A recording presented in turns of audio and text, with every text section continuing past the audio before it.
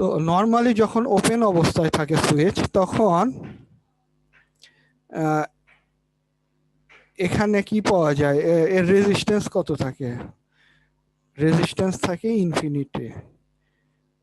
Infinity বা ও very high resistance বলা যেতে পারে। তো রেজিস্ট্যান্স থাকবে ইনফিনিটি। যদি কি করা হয়, এটা ওপেন থাকে, আর এটা যদি ক্লোজ হয় অর্থাৎ বন্ধ হয়ে যায়, সুইচটাকে আমি ক্লোজ করে দিয়েছি। তো ক্লোজ করে দিলে কি হবে, এর আচ্ছা রেজিস্টিভিটি কত থাকবে? যদি এখানে একটা ধরেন এখানে একটা টার্মিনাল আছে, আমি কি করলাম, সুইচটাকে নিয়ে এসে এটা সংযোগ করে দিলাম।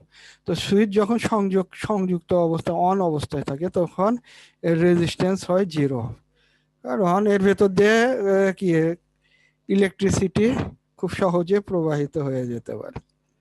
তো এটা হচ্ছে একটা সুইচের প্রপার্টিস। তো সেই সুইচের প্রপার্টিস কি, যখন এটা ওপেন থাকবে অর্থাৎ বন্ধ থাকবে, টার্মিনালটা ওপেন থাকবে, তখন এর রেজিস্ট্যান্স হবে ইনফিনিটি, যার ফলে যত ভোল্টেজই আমরা অ্যাক্রসে অ্যাপ্লাই করি না কেন এটা কি করতে পারবে না, এটাকে ডেস্টিনেশনে পৌঁছাতে পারবে না। বা এখানে যদি কোনো একটা বাল্ব টাল্ব কিছু লাগানো থাকে ওই বাল্বটা জ্বলবে না যদি অফ অবস্থায় থাকে, কিন্তু যদি অন অবস্থায় থাকে তখন এই বাল্বটা কি করবে, গ্লো করবে নাকি, জ্বলবে, বাল্বটা গ্লো করবে। তো এটা এই হচ্ছে, তো এটার কাজটাও ঠিক এরকম। ট্রানজিস্টর কি একদম পারফেক্ট বা 100% এই প্রপার্টিসের সাথে যে একবার সম্পূর্ণ 100% মিল থাকবে তা নয়, কারণ ট্রানজিস্টর অফ কন্ডিশনেও কি হয়, যদি এখানে আমার যদি কোনো বেজে কোনো বায়াসিং নাও করি তাও দেখা যায় কি, তাহলেও দেখা যায় যে সামান্য কিছু মাইক্রো অ্যাম্পিয়ার কারেন্ট কি হচ্ছে এই ট্রানজিস্টরের ভেতর দিয়ে প্রবাহিত হচ্ছে। তো এই জিনিসটা যেহেতু এটা কি কারণে হয়, ডিউ টু মাইনরিটি চার্জ ক্যারিয়ারের কারণে। তো মাইনরিটি চার্জ ক্যারিয়ারের কারণে এই এই ধরনের ঘটনা ঘটে। তো এখন আমরা যদি একটা ট্রানজিস্টরের আউটপুট ক্যারেক্টারিস্টিক্সের দিকে দৃষ্টিপাত করি, তো আউটপুট ক্যারেক্টারিস্টিক্স কি রকম হয়, একদিকে থাকবে এক্স অ্যাক্সিস এবং ওয়াই অ্যাক্সিস, দুইটা অ্যাক্সিস বরাবর। এক্স অ্যাক্সিস থাকবে ধরেন ভিসিই, কালেক্টর ভোল্টেজ আর কালেক্টর ইমিটার ভোল্টেজ। তো কালেক্টর এখানে এটা কি, আমি যে সার্কিটটা আঁকাইছি আপনারা কেউ বলতে পারবেন এটা সিই সিবি না সিসি সার্কিট? এটা কি সার্কিট, সিই সিবি নাকি সিসি?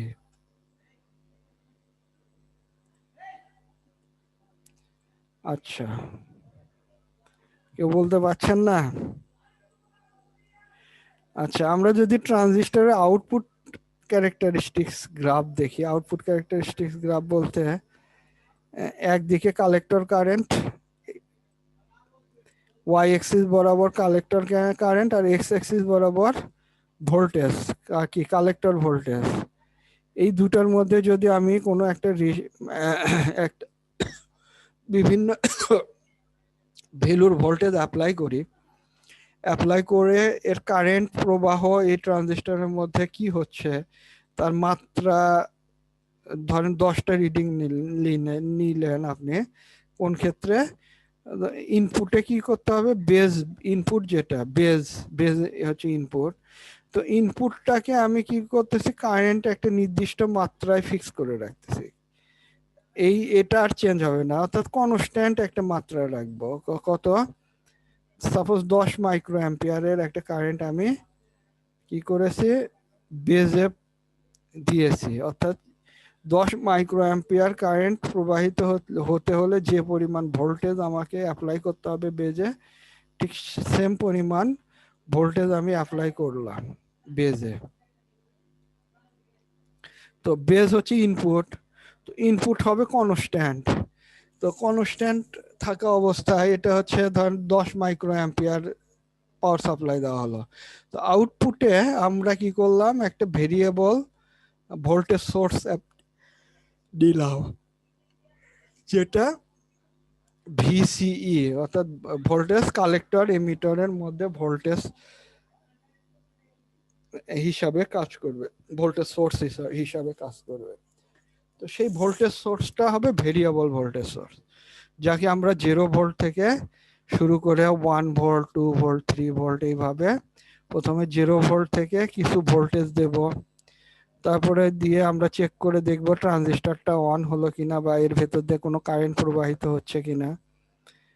তো দেখা গেল 0.7 ভোল্টের আগে যত ভোল্টই দেই কিছু কাজ হচ্ছে না। তো এখন যদি দেখেন 1 ভোল্ট, এরপরে 1 ভোল্ট করলাম, এরপরে 2 ভোল্ট, তারপরে 3 ভোল্ট, এইভাবে বিভিন্ন ভোল্টে গিয়ে আমি কি করলাম, এই গ্রাফে একটা প্লট করলাম এর ডাটাগুলা নিয়ে 4 ভোল্ট। তখন দেখা যাচ্ছে যে আমি যত ভোল্টেজ বাড়াচ্ছি না কেন, 1 ভোল্ট 2 ভোল্ট 3 ভোল্ট 4 ভোল্ট করতেছি বা 5 ভোল্ট দিলাম, তো যত ভোল্টেজ বাড়াই না কেন একটা নির্দিষ্ট পর্যায় পর্যন্ত কি হয়, কারেন্টের বৃদ্ধি হয়। এরপরে কারেন্টটা কনস্ট্যান্ট হয়ে যায়, অর্থাৎ যে কালেক্টর কারেন্ট যেটা আছে, এই কালেক্টর কারেন্টটা কি হচ্ছে, কনস্ট্যান্ট ভ্যালুতে আসতেছে। এটা কি আইসি ধরেন এখানে 10 মিলি অ্যাম্পিয়ার কারেন্ট। তো আইসির ভ্যালু দেখা যাচ্ছে যে একটা পর্যায়ে গিয়ে আর চেঞ্জ হচ্ছে না। এটা যত ভোল্টেজ বাড়ায়, নর্মালি তো ভোল্টেজ বাড়ালে কারেন্ট বাড়ার কথা, কিন্তু কারেন্ট আর বাড়তেছে না। কোন পর্যায়ে গিয়ে, 10 মিলি অ্যাম্পিয়ারে গিয়ে। তো এখন যদি আমি এই ইনপুট ভোল্টেজটাকে আরেকটু বাড়াই দিই, অর্থাৎ ইনপুট কারেন্টটাকে আমি আরেকটু বাড়াই দিলাম, তো ইনপুট কারেন্টটাকে আরেকটু বাড়াই দিলে বেজের আইবির যে বেস কারেন্ট হবে, এই কারেন্টের মানও পরিবর্তন হবে এবং এটা বৃদ্ধি পেয়ে যাবে, বেস কারেন্টের মান বেড়ে যাবে। তো এটা তখন হয়ে গেল ধরেন 20 মাইক্রো অ্যাম্পিয়ার। এটা যদি 20 মাইক্রো অ্যাম্পিয়ার হয়, তখন দেখা যাচ্ছে এটা এমন খারাপ অবস্থা, লিখতেছে না কেন বুঝতেছি না।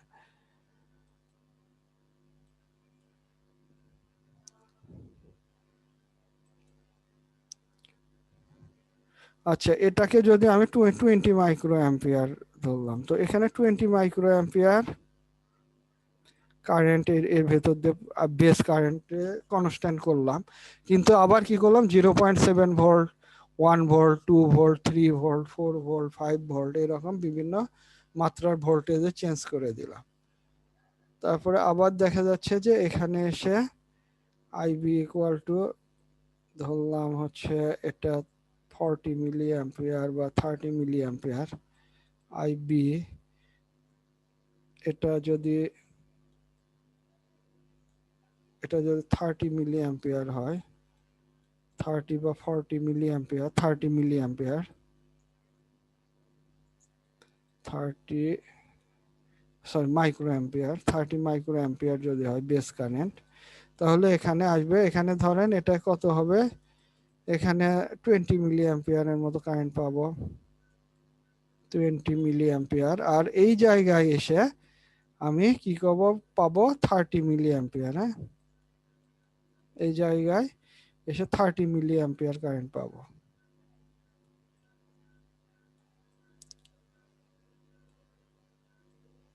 মিলি অ্যাম্পিয়ার। তো তাহলে এখানে প্রথম 20 milliampere, 20 milliampere, 10 milliampere, 20 milliampere, 30 milliampere, এভাবে আমরা এই বেস কারেন্টটাকে আবার বৃদ্ধি করলে আরো এখানে দেখা যাবে এটা 40 মিলি অ্যাম্পিয়ারে চলে গিয়েছে। তো এখানে দেখেন, এখানে এই যে প্রথম অবস্থায় 0.7 ভোল্ট থেকে কারেন্ট প্রবাহ শুরু হয়েছে, একটা 10 মিলি অ্যাম্পিয়ার পর্যন্ত কারেন্ট কি হয়েছে, বৃদ্ধি পেয়েছে, 1 মিলি অ্যাম্পিয়ার 2 মিলি অ্যাম্পিয়ার এরকম করে 10 মিলি অ্যাম্পিয়ার পর্যন্ত আমরা কি আইসি পেয়েছি। তারপরে গিয়ে আইসি আর ফিক্স হয়ে গেছে এখানে, আর আইসি কোনো কি করতেছে না, বৃদ্ধি হচ্ছে না। ভোল্টেজ বাড়াচ্ছে, এটা বাড়তেছে, কিন্তু আইসি স্টেবল হয়ে আছে, আইসির মান আর বাড়তেছে না। তো এই যে যে প্রথম যে এরিয়াটা, এই যে এই জায়গাটা, এই জায়গাটাকে আমরা কি বলবো, স্যাচুরেশন রিজন। এই জায়গাটা হবে স্যাচুরেশন রিজন। তো স্যাচুরেশন রিজনে, স্যাচুরেশন, তো স্যাচুরেশন রিজন মনে আছে এর আগে বলছিলাম বিভিন্ন ধরনের রিজন, একটা স্যাচুরেশন, তারপরে আরেকটা কি কাট অফ, তারপরে কি অ্যাক্টিভ জোন। তো এটা স্যাচুরেশন রিজন। তো অ্যাক্টিভ রিজন, স্যাচুরেশন, এটা স্যাচুরেশন পয়েন্ট। তো এরপরে দেখেন এখানে কাট অফ আরেকটা পয়েন্ট আছে, যে পয়েন্টে গিয়ে ট্রানজিস্টর কি হয়ে যায়, পুরোপুরি বন্ধ হয়ে যায়, মানে ট্রানজিস্টর ভেতর দিয়ে আর কোনো প্রবাহ হয় না কারেন্টের। ঠিক আছে, ট্রানজিস্টর ভেতর দিয়ে কোনো কারেন্ট প্রবাহিত হতে পারে না, সেই জন্য এটাকে কি বলা হয়, কাট অফ রিজন বলা হয়। এই রিজনটাকে বলা হয় কাট অফ রিজন, মানে যে জায়গায় গিয়ে ট্রানজিস্টর সম্পূর্ণরূপে কি হয়েছে, অফ হয়ে গিয়েছে, কাট অফ।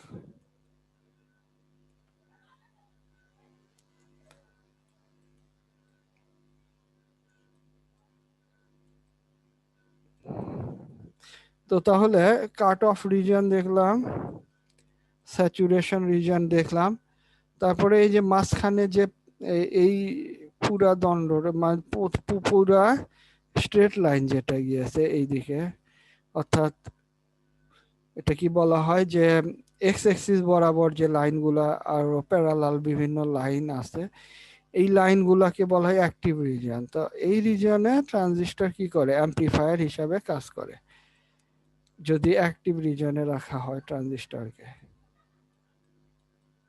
আর ট্রানজিস্টরকে যদি অন্য দুই রিজন, অর্থাৎ কাট অফ রিজন এবং স্যাচুরেশন রিজন, এই দুই পয়েন্টে রাখা যায়, তাহলে কি হবে, কোনটা দুই পয়েন্টে রাখা যায়, অর্থাৎ আউটপুট কারেন্ট এবং আউটপুট ভোল্টেজ, কারেন্ট এবং ভোল্টেজের রেশিও দিয়ে আমরা এটা বের করতেছি। তো তো এই রিজনটাকে আমরা অ্যাক্টিভ রিজন বলি। আর যে রিজনে গিয়ে ট্রানজিস্টর সম্পূর্ণরূপে বন্ধ হয়ে যায়, চালু থাকে না, অফ থাকে, সেই সেই অবস্থাকে বলা হয় কাট অফ।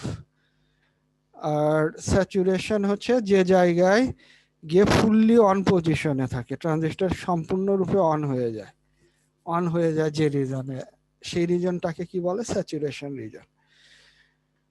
তো আমাকে যদি ট্রানজিস্টরকে সুইচ হিসেবে ব্যবহার করতে হয়, সেক্ষেত্রে ট্রানজিস্টরকে দুইটা রিজনে সবসময় বায়াসিং করতে হবে। বায়াসিং করে ট্রানজিস্টরকে দুইটা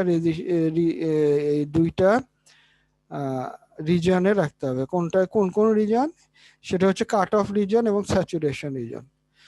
যখন অন থাকবে, ফুললি অন থাকবে ট্রানজিস্টর, তখন স্যাচুরেশন রিজনে থাকবে, আর যখন ট্রানজিস্টর বন্ধ থাকবে তখন কাট অফ রিজনে চলে যাবে।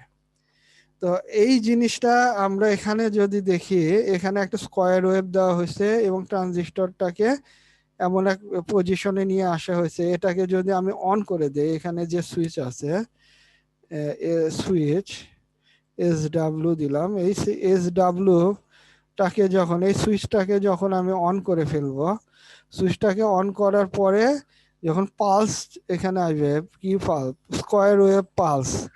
পালস মানে কি, এটা একটা নির্দিষ্ট সময়ের জন্য পজিটিভ ভোল্টেজ হয়ে থাকবে, এবং তারপরে আবার এটা কি, প্রথমে নেগেটিভ থাকবে, তারপরে এটা রেইজ হয়ে ভোল্টেজ বৃদ্ধি পেয়ে পজিটিভ হবে, আবার পজিটিভ থেকে এটা কি কি হবে, জিরো হয়ে যাবে।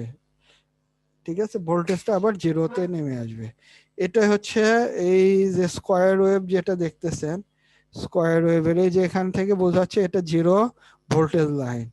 তো জিরো ভোল্টেজ লাইন থেকে রেইজ করতেছে, ভোল্টেজ রেইজ করে 5 ভোল্টে আসলো, 5 ভোল্ট থেকে আবার নির্দিষ্ট সময় 5 ভোল্টে অবস্থান করলো, করে আবার এটা নিচের দিকে, অর্থাৎ 5 ভোল্ট থেকে আবার নিচের দিকে উল্টা দিকে যেতে থাকলো, বিপরীত দিকে যেতে থাকলো, এবং এখানে আরেকটা কি করলাম আমি, তাহলে যখন এটা রেইজ হবে, রেইজ হতে হতে প্রথমে 0 ভোল্ট থাকবে, তারপর 1 ভোল্ট হবে, তারপর 2 ভোল্ট হবে, 3 ভোল্ট হবে, 4 ভোল্ট হবে, 5 ভোল্ট হবে। যেই মাত্র 5 ভোল্ট আসলো, তখন কি হচ্ছে, এই যে ট্রানজিস্টরের বেজে দুইটা রেজিস্ট্যান্স আছে, R1 এবং R2। এই রেজিস্ট্যান্স R1 এবং R2 এই দুটা মিলে কি হচ্ছে, ট্রানজিস্টরের বেসকে বায়াসিং করতেছে। আর আমাদের সেটাকে আমরা সম্মিলিতভাবে কি বলতে পারি, R1 R2। আচ্ছা, এই R1 এবং R2 দুইটা রেজিস্ট্যান্স, যেটা কি করতেছে, ভোল্টেজ ডিভাইডার হিসাবে ইউজ হচ্ছে। তো এটা যদি 5 ভোল্টের একটা সিগন্যাল সোর্স হয়ে থাকে, 5 ভোল্ট, তাহলে কি হবে, ইনপুট আমি যখন সুইচটা অন করব, সুইচ অন করার সাথে সাথে কি হবে, এই সুইচের ভেতরে এই এটা পরিভ্রমণ করবে কারেন্ট, এখানে যে কারেন্টটা ছিল সেই কারেন্টটা কি করবে, এই দিকে চলে আসবে, বেজের দিকে চলে আসবে, বেজে এসে বেসকে, বেজ এবং এমিটার যে জাংশন আছে, এই জাংশনটাকে ফরওয়ার্ড বায়াস করবে। এই জাংশনটাকে ফরওয়ার্ড বায়াস থাকার ফলে দেখা যাবে যে কি হয়েছে এখান থেকে,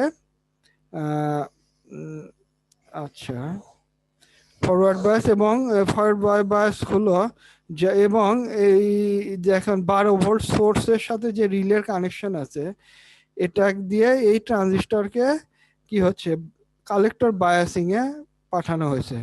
এই কালেক্টর বায়াসিং, কালেক্টর এবং বেজ, এই দুটার বায়াসিং কি করতে হবে, সবসময় রিভার্স বায়াস থাকবে।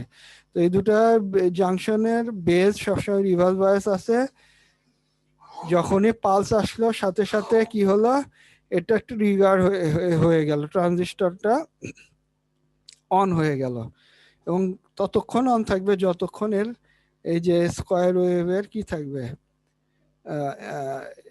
স্কয়ার ওয়েভ আসতেই থাকবে, বা এর চূড়াটা যতক্ষণ পর্যন্ত স্টেবল থাকবে। এটা যদি 0 হয় এবং এটা 5 ভোল্ট হয়ে থাকে, তাহলে দেখা যাবে 0.0 থেকে 5 ভোল্ট পর্যন্তই কি করছে এটা,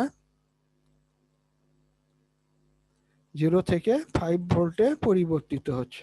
পরিবর্তিত হয়ে এই ট্রানজিস্টরের বেস এমিটার বায়াসিং এবং বেস কালেক্টর বেস বায়াসিং, এই দুটার বায়াসিং নির্ধারণ করছে। তো আশা করি মোটামুটি বুঝতে পেরেছেন। যার ফলে কি হচ্ছে, এটা যখনই অন হবে, ট্রানজিস্টর Q1টা যখনই অন হবে, তখন কি হবে, এই যে রিলে আছে এর ভেতর দিয়ে কারেন্ট প্রবাহ শুরু হবে এবং এটা ইলেকট্রোম্যাগনেটে পরিণত হবে। ইলেকট্রোম্যাগনেটে পরিণত হয়ে ইলেকট্রোম্যাগনেটের প্রপার্টিজ অনুযায়ী হচ্ছে আউটপুটে লোডের সাথে ব্যবহার করা হবে, তখন এটা অন হয়ে যাবে সোজা কথায়। তো এতক্ষণ যেটা বললাম সেটা মনে হয় আশা করি সবাই বুঝছেন, নাকি বোঝেন নাই? এরপর আমি নেক্সট ইয়েতে চলে যাব। দুই একজন কথা বলেন দেখি। জি স্যার, বুঝতে পারছি কিছুটা। আচ্ছা, এটাকে তাহলে আমি বাসায় চর্চা করলে হয়ে যাবো বাকিটা। হ্যাঁ, এটাকে আমি মুছে দিলাম, ঠিক আছে। এখানে আরেকটা কাজ করা যেতে পারে, এখানে যদি এলইডি লাইট দেওয়া হয় তাহলে কি হবে, ট্রানজিস্টর অন হওয়ার সাথে সাথে এই বাল্বটা জ্বলে যাবে। এই কাজও করা যায়। এটাও মনে হয় আপনাদের এই শীটে আছে এবং এটা দেখানো আছে। তো এখন আমি যে কাজটা করব সেটা হলো ডার্লিংটন পেয়ার ট্রানজিস্টর। তো ডার্লিংটন পেয়ার ট্রানজিস্টরটা আসলে কি?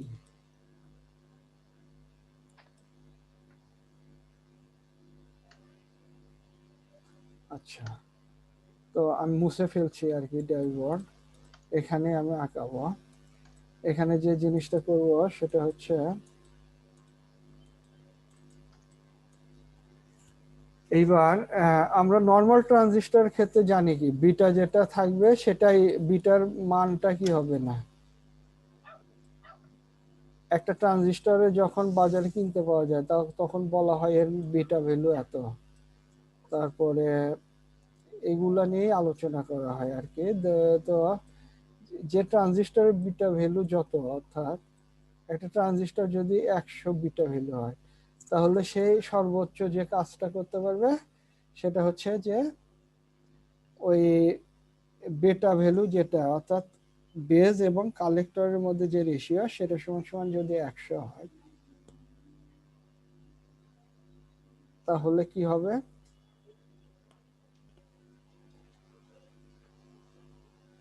বেটা ভ্যালু 100 মানে 100 গুণ, তাহলে কি বোঝা যাবে এই ওই ট্রানজিস্টরটা কি করছে, 100 গুণ সিগন্যাল অ্যামপ্লিফাই করতে পারছে, বা 100 গুণ, হ্যাঁ 100 গুণ সিগন্যাল অ্যামপ্লিফাই করতে পারছে। তাহলে এই অ্যামপ্লিফায়ারের ভোল্টেজ গেইন বা কারেন্ট গেইন কত হবে, 100 গুণ বেশি হবে। অর্থাৎ ইনপুটে যে আমরা যা দেব আউটপুট ঠিক কি হবে, তার থেকে 100 গুণ বেশি হবে অ্যামপ্লিফিকেশনটা। তো এটা যদি কালেক্টর Q1 ট্রানজিস্টর এবং এটা হচ্ছে Q2 ট্রানজিস্টর, এটা যে এই যে এটা ট্রানজিস্টর তো তিনটা পা আছে, একটা হচ্ছে কালেক্টর, একটা এমিটর আর একটা বেস। তো কালেক্টর, এমিটর এবং আরেকটা হচ্ছে বেস, এইটা হচ্ছে বেস। তো কালেক্টর, আচ্ছা দেখেন এই কালেক্ট একটা Q1 এবং Q2 ট্রানজিস্টরের দিকে যদি দেখেন, Q2 ট্রানজিস্টর কালেক্টর কি হয়েছে, Q1 ট্রানজিস্টরের সাথে সংযুক্ত করা হয়েছে, এবং Q1 এর সংযুক্ত করে আমরা দেখতে পাই কি যে এটাকে যেহেতু এটা সংযোগ হয়েছে, তো এটাকে এটা একটা পা হিসাবে এটাকে বের করে দেওয়া হয়েছে। তো বাজারে ডার্লিংটন পেয়ার ট্রানজিস্টর কিনতেই পাওয়া যায়, এটা তিনটা পা থাকে, একটা বেজ, একটা এমিটার এবং আরেকটা কালেক্টর। তো বেজ এবং এমিটার, এমিটার যেটা আছে, এমিটার সাধারণত Q2 ট্রানজিস্টর থেকে নেওয়া হয়ে থাকে, এবং বেজ বেজ ওয়ান যেটা আছে, বেজ ওয়ানটাকে কি করা হয়, 1 নাম্বার Q1 ট্রানজিস্টর থেকে এর ইনপুটে নেওয়া হয়। তো এটা মোটামুটি এটা কনফিগারেশন, মানে সার্কিটটা আঁকানো হলো সিমিলার সার্কিট। তো এর ভেতরে ট্রানজিস্টরের ভেতর ঠিক এইরকম সংযোগ করে দেওয়া আছে, কিন্তু ট্রানজিস্টর এই দুইটা সংযুক্ত এই এই জাতীয় সংযুক্ত অবস্থায় কিনতে পাওয়া যায়, এবং সেটা দেখতে অনেকটা যে আগে যে আপনারা ট্রানজিস্টর দেখেছেন এর আগের ক্লাসে, ট্রানজিস্টরটা কেমন হয়, এই ট্রানজিস্টরটা এরকম হবে, এর তিনটা পা,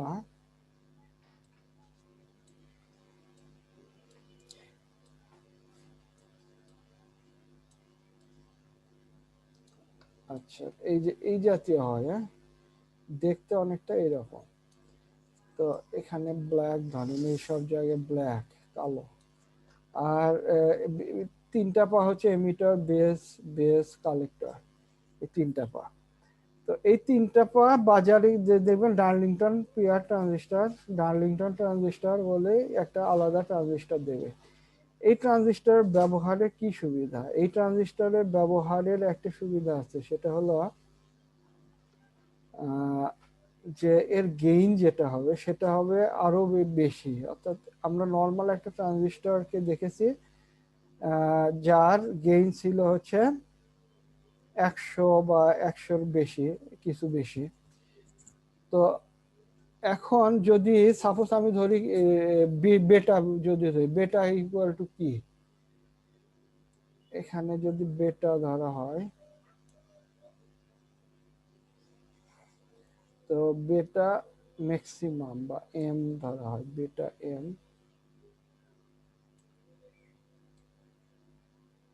তো এটা ইকুয়াল টু কত হবে, বেটা ওয়ান ইন্টু, আচ্ছা বেটা টোটাল শুধু বেটা বলা হোক, শুধু বেটা, বেটা ওয়ান ইন্টু বেটা টু, এর যে মেইন গেইন হবে হচ্ছে দ্বিগুণ, দ্বিগুণ না 100 গুণ, অর্থাৎ এটার ভ্যালু যদি বেটার ভ্যালু যদি 100 হয়, তাহলে 100 গুণ 100 তাহলে কত হবে?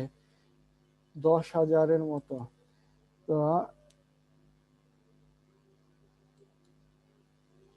10,000-এর মতো এটার কি হবে? গেইনিং, অর্থাৎ অ্যাম্পলিফিকেশন করতে পারবে, অ্যাম্পলিফায়ার হিসাবে কাজ করবে। 10,000 গুণ বর্ধিত করে সিগন্যালটাকে, যদি ইনপুটে কোনো সিগন্যাল দেওয়া হয়, আউটপুটে সে কি করতে পারবে? আমাদেরকে বেটা 1 এবং বেটা 2 এই দুটার গুণফলের সমান একটা অ্যাম্পলিফিকেশন ফ্যাক্টর বা গেইন দিতে পারে। তো এটাই হচ্ছে।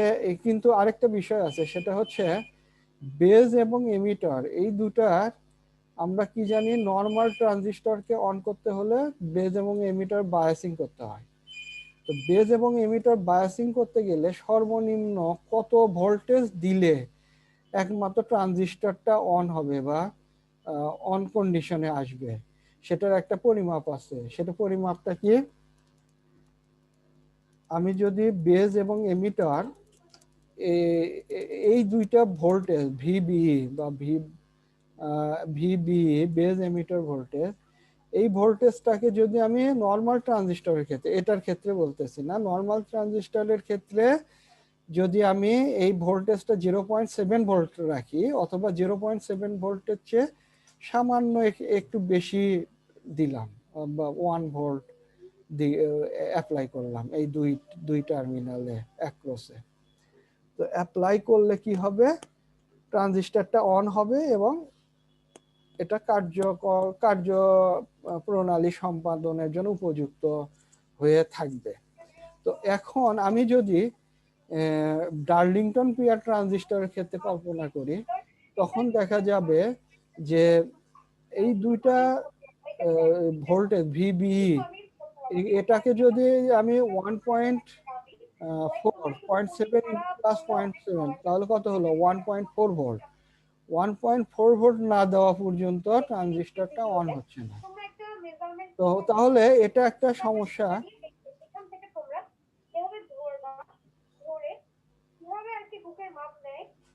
আচ্ছা, অমিত কুমার, অমিত কুমারের ইয়ে থেকে বেশ আলাদা সাউন্ড আসতেছে। যাই হোক, তাহলে ভিবিই যেটা, এটা হচ্ছে কি, ডার্লিংটন পেয়ার ট্রানজিস্টরের ক্ষেত্রে 1.4 ভোল্ট, যেটা এটার একটা ডিসঅ্যাডভান্টেজেস।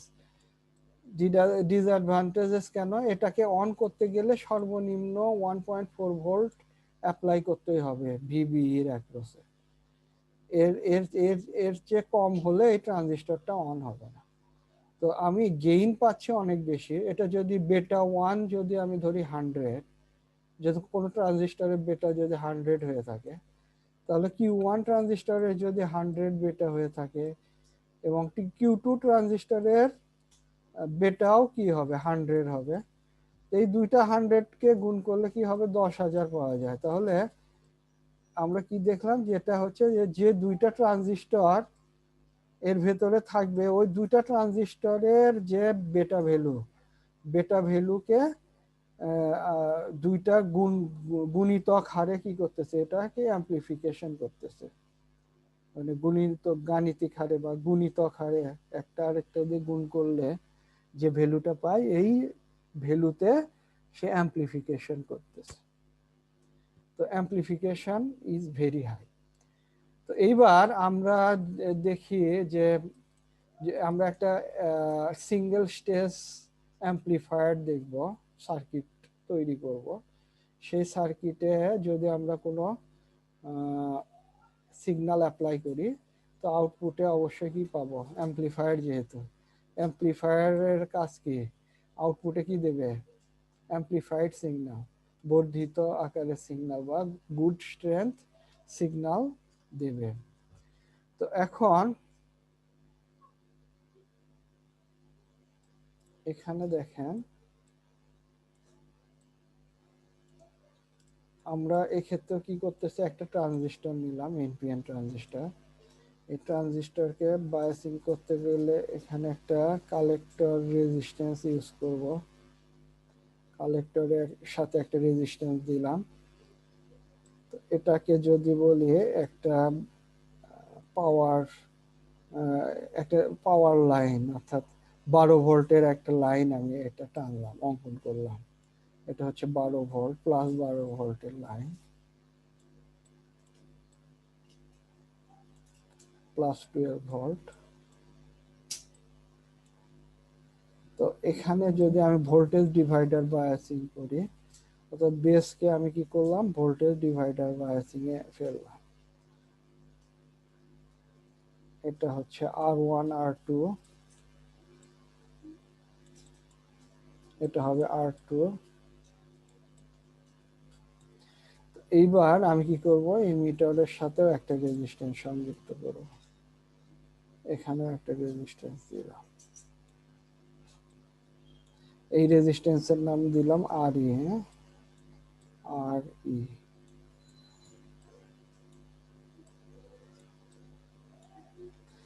আচ্ছা, এইবার আমরা কি করব, এই যে ইনপুটে একটা ক্যাপাসিটর ব্যবহার করব, coupling capacitor, CC coupling capacitor.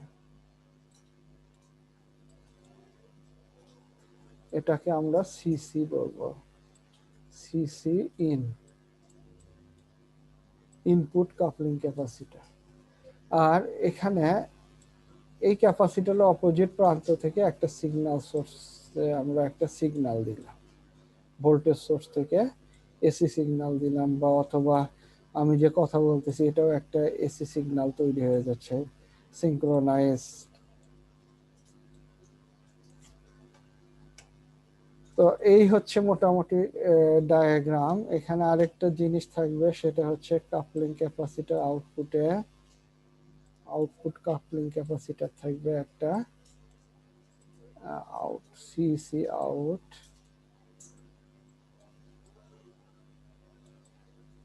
আউটপুটে একটা কাপলিং ক্যাপাসিটর থাকলো। আর আউটপুটে একটা লোড, এখানে এমিটারের এখানে একটা বাইপাস ক্যাপাসিটর থাকবে, বাইপাস ক্যাপাসিটর। এটাকে সংযুক্ত করে দিলাম। আর এখানে একটা লোড ইউজ করব, লোড রেজিস্ট্যান্স RL। এখানে একটা লোড রেজিস্ট্যান্স ইউজ করলাম, RL। এটা নিচেরটা হচ্ছে গ্রাউন্ডিং অবস্থায় থাকবে। তো এটা হচ্ছে একটা সার্কিট। এটার নাম দেওয়া হয় নাই, না, এটার নাম হচ্ছে ধরেন সিই।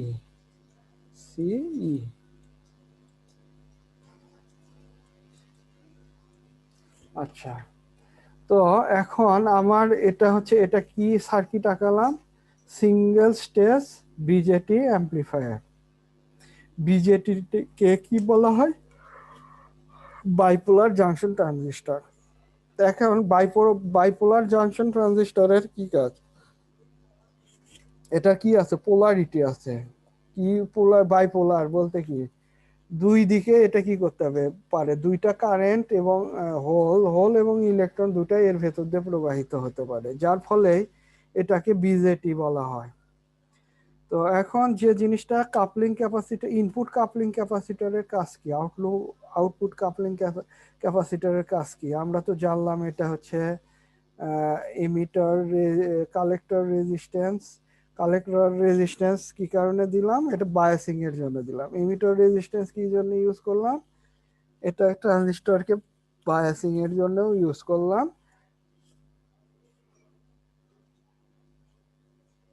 R1 R2 রেজিস্টরটাকে আমরা কি করলাম, বেজের বায়াসিং এর জন্য ইউজ করলাম। সিসি ইন যে জিনিসটা হচ্ছে, এটা হচ্ছে coupling capacitor, input coupling capacitor. এটা সাধারণত দেওয়ার কারণটা হলো যে ডিসি বায়াসিং যেটা আছে, register R1 R2 RC RE দিয়ে যে একটা ট্রানজিস্টরকে বায়াসিং করা হয়েছে, এই বায়াসিং যেন কোনোভাবে এফেক্টেড না হয় বা ক্ষতিগ্রস্ত না হয়।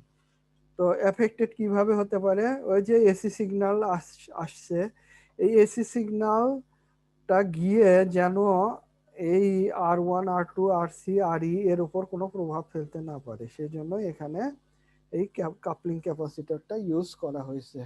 আবার আউটপুটেও দেখা যাচ্ছে আরেকটা কাপলিং ক্যাপাসিটর ইউজ করা হয়েছে। এই আউটপুট কাপলিং ক্যাপাসিটরের ইউজের উদ্দেশ্য হলো আমরা যে এই যে ইনপুট টার্মিনাল, এই যে এখান থেকে যে জায়গায় আমি একটা সিম্বল আঁকাইছি, এসির সিম্বল, তো এই জায়গায় হচ্ছে এটা কি এসি, এসি সিগন্যাল বা এটা ইয়েও হতে পারে, মানুষের কথাবার্তাও হতে পারে, সবকিছুই কি অ্যানালগ এরকম সাইনোসোডিয়াল সাইন সাইন হিসাবে আমরা পাই।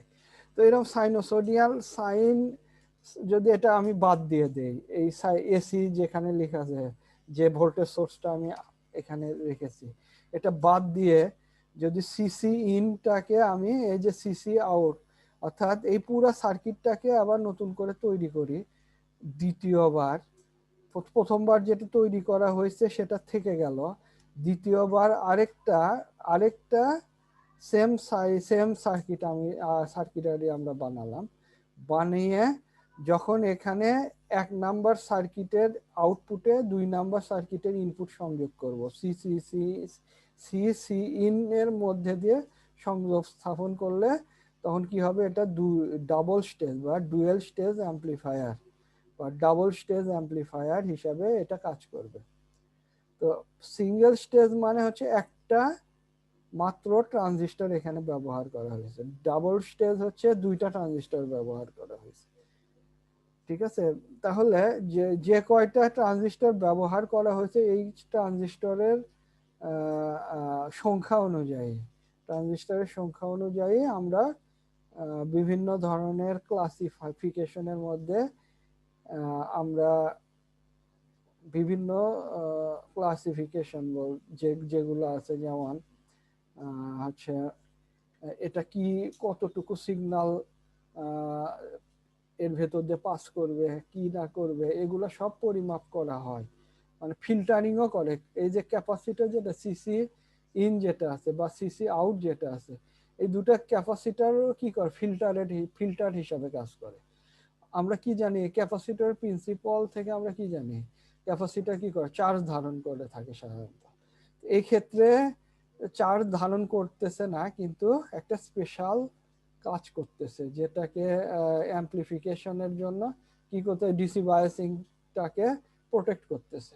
আমরা যে জিনিসটা জানি সেটা হলো এসি কি করে, ক্যাপাসিটর পাস করে চলে যায়, যে কোনো এসি কারেন্ট মানে ক্যাপাসিটরকে কি করবে, অতিক্রম করে অপর প্রান্তে চলে গিয়ে ওই কারেন্ট বা ভোল্টেজের অনুরূপ একটা কারেন্ট বা ভোল্টেজ সৃষ্টি করে। কিন্তু ডিসির ক্ষেত্রে দেখা যায় কি, এটা এক প্রান্ত এসে বাধা প্রদান করতেছে, অন্য প্রান্তে পাস করার কোনো উপায় নাই।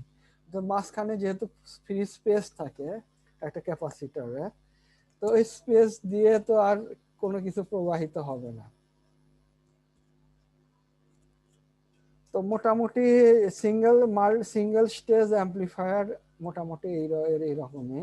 এই যে সিইর কথা এখানে বলা হয়নি আপনাদেরকে, সিই যে ক্যাপাসিটরটা দেওয়া হয়েছে, এই ক্যাপাসিটরের কি কাজ বা এখানে কেন এটাকে এরকম ভাবে দেওয়া হলো, এটা দেওয়ার উদ্দেশ্য হলো যে এমিটরের ভেতর দিয়ে যদি কোনো কারেন্ট প্রবাহিত হয়, তো কোনো কারেন্ট প্রবাহিত হলে, আচ্ছা, যদি এসি কারেন্ট আসে, এসি কারেন্ট বা এসি ভোল্টেজ আসে এর ভেতরে, এসে যেন এই যে আরই যে রেজিস্ট্যান্স আছে, এই রেজিস্ট্যান্সের কোনো প্রকার ক্ষতি না করে।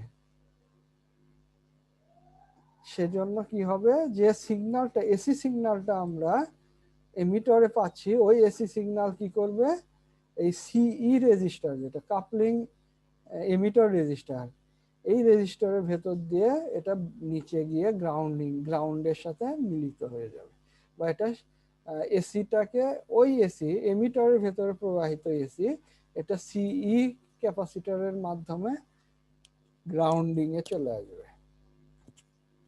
তো এখন পর্যন্ত যা বলছি আপনারা কি বুঝতে পেরেছেন? কেউ একজন বলেন, আপনার কি অ্যাটেন্ডেন্স দিয়ে দিয়েছেন চ্যাট বক্সে সবাই? জি স্যার। মোটামুটি আজকে তাহলে আমাদের এই পর্যন্তই থাকবে। আমরা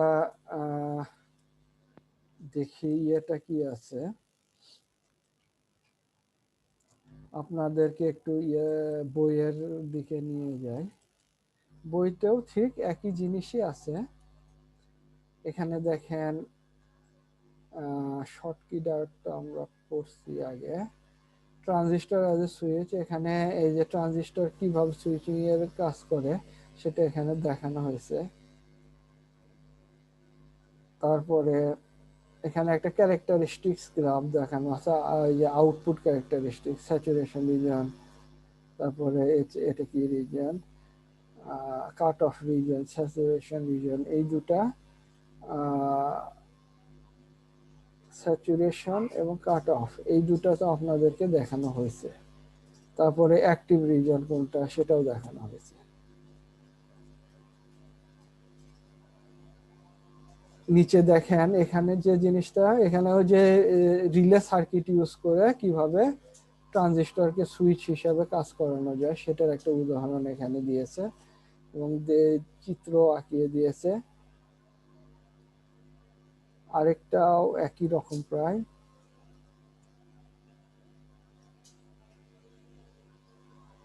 তারপরে ডার্লিংটন পেয়ার আমরা দেখলাম, ডার্লিংটন পেয়ার ট্রানজিস্টরটা কেমন।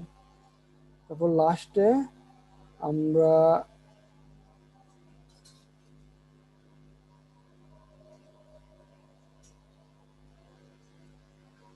আচ্ছা তাহলে এখানে দেখেন transistor as a switch summary এখানে দেওয়া আছে, সামারিটা আপনারা পড়ে নেবেন।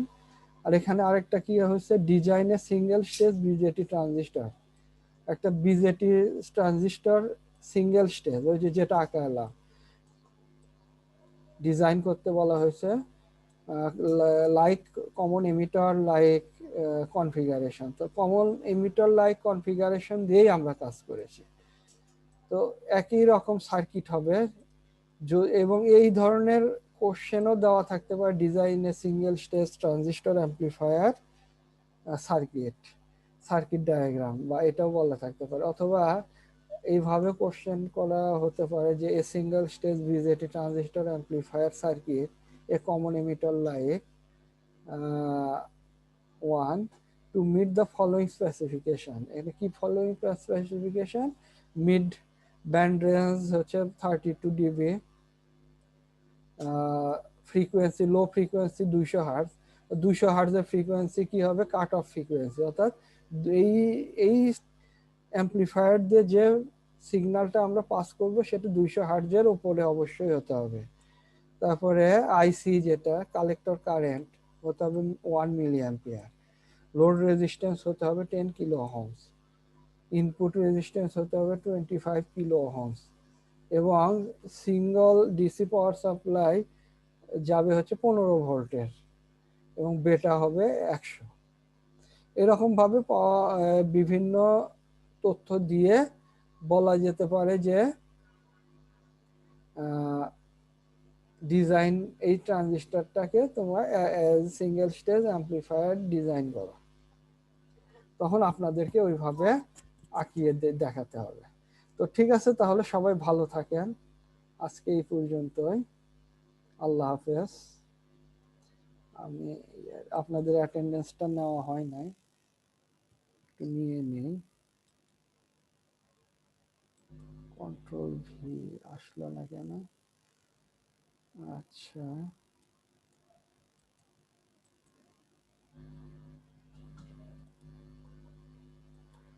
আর আগামী সেশন আগামী মানে আগামী উইকের শুক্র শনিবার ইম্পর্টেন্ট, আপনারা অবশ্যই অংশগ্রহণ করবেন, থাকবেন সবাই। কন্ট্রোল স্যার বুঝি নাই। বললাম আগামী শুক্র শনিবারে অবশ্যই সবাই ক্লাস করবেন। হ্যাঁ, ওকে স্যার। তো ঠিক আছে, আল্লাহ হাফেজ। 6 ইভিনিং। ঠিক আছে স্যার, আসসালামু আলাইকুম। আসসালাম। এটা হচ্ছে 28/11। 11/2020